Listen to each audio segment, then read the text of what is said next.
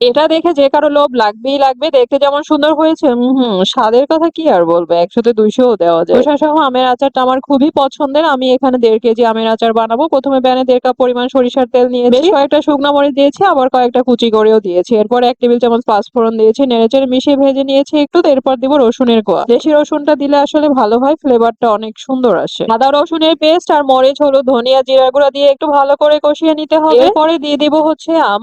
আমি আগেই খোসা সহ কেটে লবণ পানিতে ১ ঘন্টা ভিজিয়ে রেখেছিলাম।